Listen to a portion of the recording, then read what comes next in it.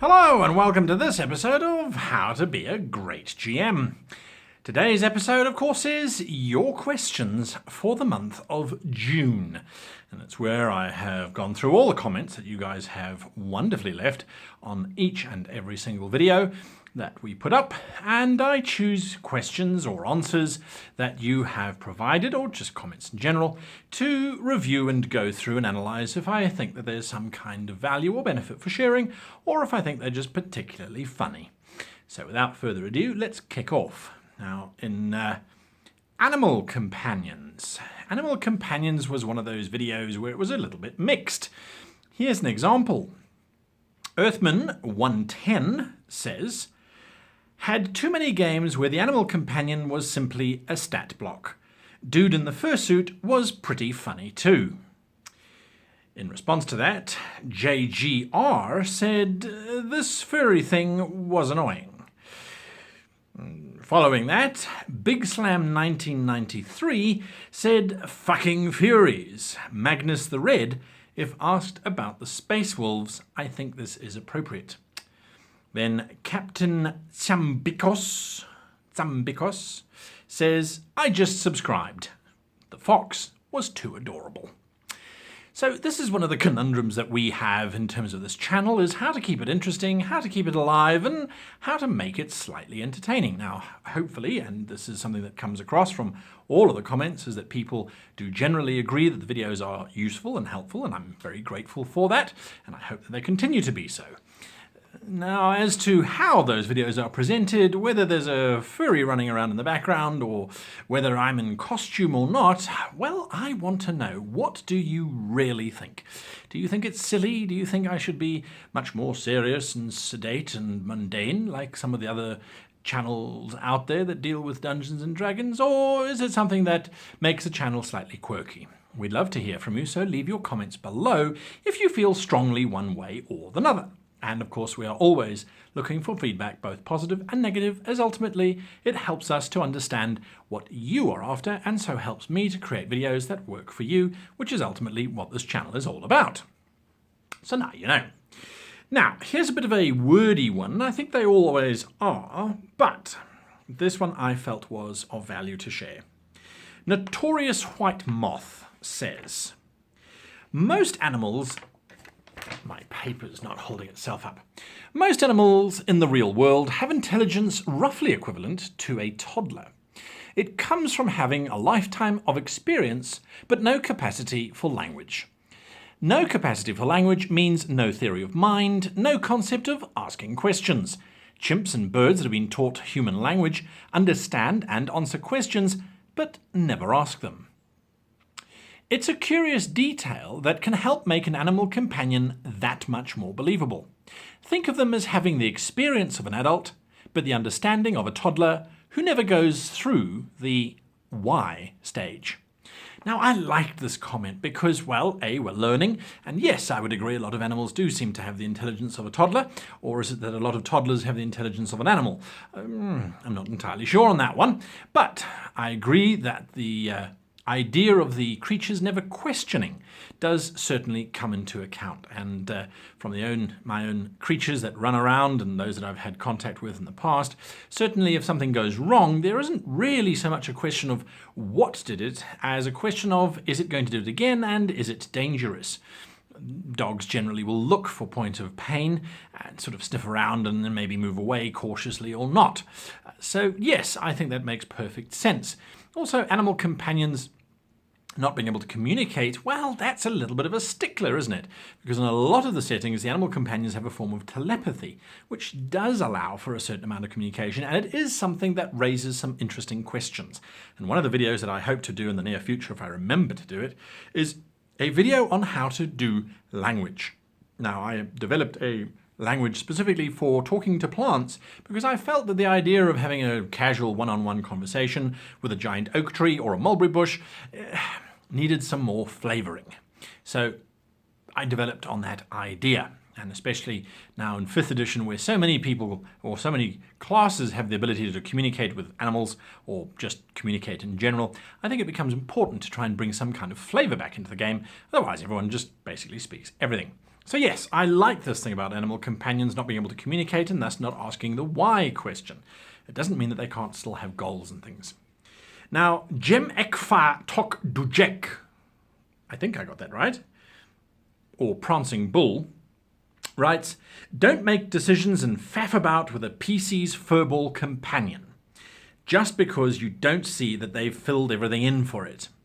Only time you should touch it is if A, the person said you can take over for them whilst they do something, B, the person has not filled in the numbers correctly or chose a feat that was locked for the animal, or C, the person is away and you need to fix something, level up the creature. Don't run it, don't give it a personality, don't touch it. Tell them to do those things. Tell them that it is as much their character as their PC as well. Otherwise, why not just give the group an animal companion? Why not just make an animal companion that is an NPC? Well, I have to say that ordinarily I would agree. And that's why I issued both videos at the same time. The player video where I encouraged players to do all of this. Create the personality for their animal companion, run their animal companion as they would, as if it was basically almost another PC that they're playing, and drive it that way. On the other hand, if they don't, maybe they don't have the capacity, maybe they don't have the experience, maybe they don't have the desire, that is entirely a possibility. Then you have to step in as a GM. Now, if I look at my own groups where there are NPCs and animal companions, my players are often happier for me to run their animal companions in terms of the personality, in terms of their minor actions. Now, I'm not talking blanket carpet bombing. I control what the animal companion does and it runs off and disappears and does that kind of thing. It's literally when there's moments of downtime, I want some humor, or I need to use it as a plot hook to get the characters to move in a certain direction. Under normal circumstances, the player will say, well, I play with the weasel and we do little tricks and things and I try and teach it how to play dead and that kind of thing. To which I might add in that the weasel is giving off senses of bonding and playfulness and emotions such as that. And occasionally, just to excite the player or to give the player some kind of visceral feedback that what they're doing with their animal companion is actually working, I'll have that little weasel suddenly lose focus, dash off into the darkness, ask the player, what are you doing? The player usually will say, oh, I'm waiting to see what he does. And then a moment later, have the weasel come bouncing back with a little mouse, which it drops at its owner's feet because it's showing that it is affectionate and that it cares and it wants to give a gift to the owner. Now that's an ah moment, which I truly don't believe players can necessarily set up for themselves. If you were busy describing your own weasel running off, catching food and giving it back to you, there's a certain hollowness to that action. Well, at least certainly in my opinion. I do, however, and will always advocate that the GM should never take over an animal companion or a player and make decisions on their behalf, even as you indicate here, when they're not there or if they've chosen to cheat. That would raise a whole bunch of questions, let alone just stopping the game right there. But I would never advocate that you take over. It's always to guide, to adjust, and to enhance the experience, never to take over the experience. So I hope that response is something that maybe will sit better with you. And yes, I do quite like saying that. If we now move on to the magic items video that was released, Leland Martineau said, what about characters creating their own magical item? I feel like it would become something people would become really attached to and try to continue to improve. There are, or were anyway, a lot of feats in certain systems around crafting your own magical items, designing your own weapons if aboard a starship and you've got downtime, and I would thoroughly encourage you as GMs to encourage your players to participate and do that kind of thing. It opens up so many quests. Oh really? You want to forge a blaster rifle that's going to shoot that extra 50 meters distance? Well, you need to research on how to do that. and in doing so you uncover that there's a certain gun maker who lives on a rural planet somewhere who's rumoured to be able to get projectiles to travel almost any distance using some kind of bizarre crystal. Well, there might be just an interesting quest that gets the players to go out and find this rare marksman and his unusual technique for hurling blasters just that much further. So I would always encourage GMs to encourage your players to go down this route. And if the system that you have doesn't have this mechanic in it, well, maybe it's something that you can add in as a bit of flavour and to drive more story. Because ultimately, in crafting their own magical items and crafting their own devices, they're going to have a very strong attachment to that, which of course we can use to our advantage in terms of then taking it away from the players, putting the players in demand. They become a master craftsman. Now other people want them. NPC villains are going to try and hijack them to come and build a bigger, better weapon for them. All kinds of wonderful stories come out of the characters now having this capacity to generate magical items. So I really, really like that. Tim Green says, there is a need to magical items. Look at any monster manual. I watched a game that was an AL game, I'm not sure what their AL is, it's capitalized, of 7 to 8 players. But only 2 could do damage due to the big bad only being affected by magical items. The rest of the party just had to sit back and wait. Well, firstly, it sounds like a disastrous setup to begin with. If the GM knows that the players don't have magical items, then why should the big bad have all of this magical immunity? Unless it's some kind of setup, in which case it should only last for 1 or 2 rounds before the big bad disappears because it's no longer interested in playing with the 2 of the 7 companions. They're just not posing much of a threat to it, and, well, this is not a very good use of its time. It should leave, allowing the players to realize, oh, we need some kind of magical item in order to attack or engage this creature. Now, of course, just because the Monsters Manual says thou shalt not attack this creature without a +1 magical weapon, or a silvered weapon, or a holy weapon, or a this type of weapon, or a that type of weapon, doesn't mean that you need to listen to it. Maybe this one's a mutant. Maybe it was born without that particular ability. Or maybe it's not vulnerable to magical, or maybe it is vulnerable to magic weapons, but it's also vulnerable to emotional weapons. So if the paladin attacks and they're praying to their god, maybe that will work just as well as a magical item. I don't believe and will never advocate that just because the rulebook says that this creature has that you need to dumb your game down so that your players can't engage. What were the other 5 or 6 players thinking?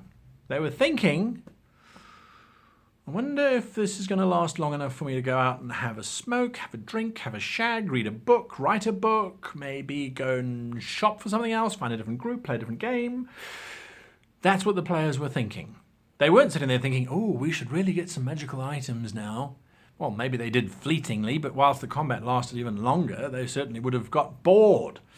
Very bad idea, in my opinion. I would avoid it. So, Mr. Green, if you have a GM who is doing that to you, I suggest you send them to the channel. Now, Jack Hood says, I know your villain motto is, the villain wants something badly and is having difficulty getting it. Yes, indeed, you are quite right, Mr. Hood.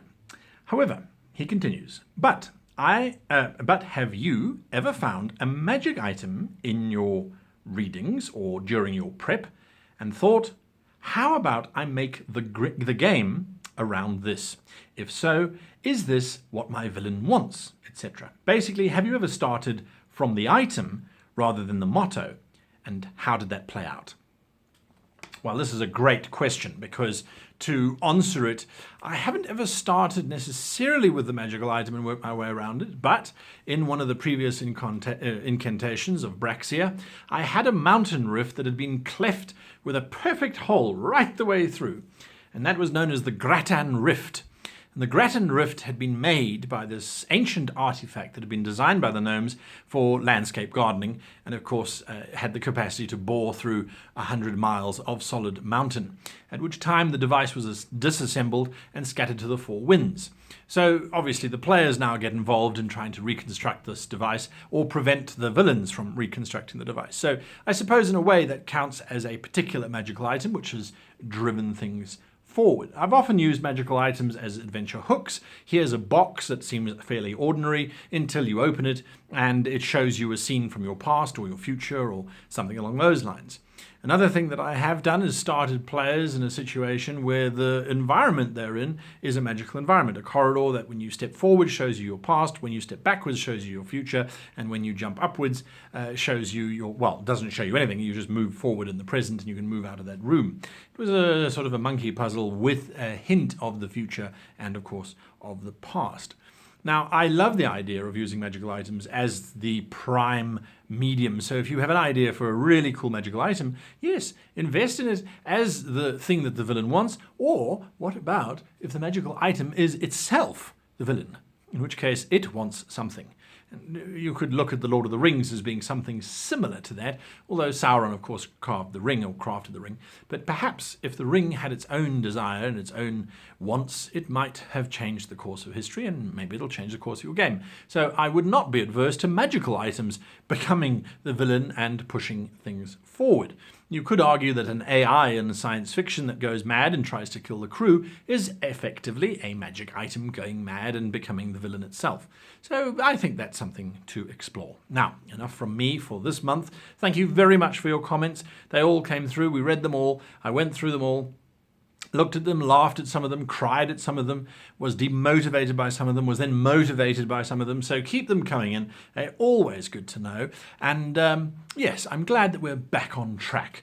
Now, for those of you that don't know yet and who've stayed all the way to the end of this very long video, I am off to Japan in a week and a half's time from this particular video, and will endeavor to continue to send videos whilst in Japan, and we'll try and find something perhaps local to make some videos on. I did apply to one of their castles, but unfortunately, due to regulations and bureaucracy and museum people being terrified of me running around with a sword inside their castle, can't think why, that was unfortunately denied. So I will be trying to find another way to use my trip out to Japan to think of something that will be appropriate for you fellows. And if you have any suggestions, drop them below. I would love to hear them. And with that in mind, hit that like button, hit that subscribe button, join our Patreons as we continue these discussions on our Facebook page and elsewhere. And until then, I wish you the happiest of gaming.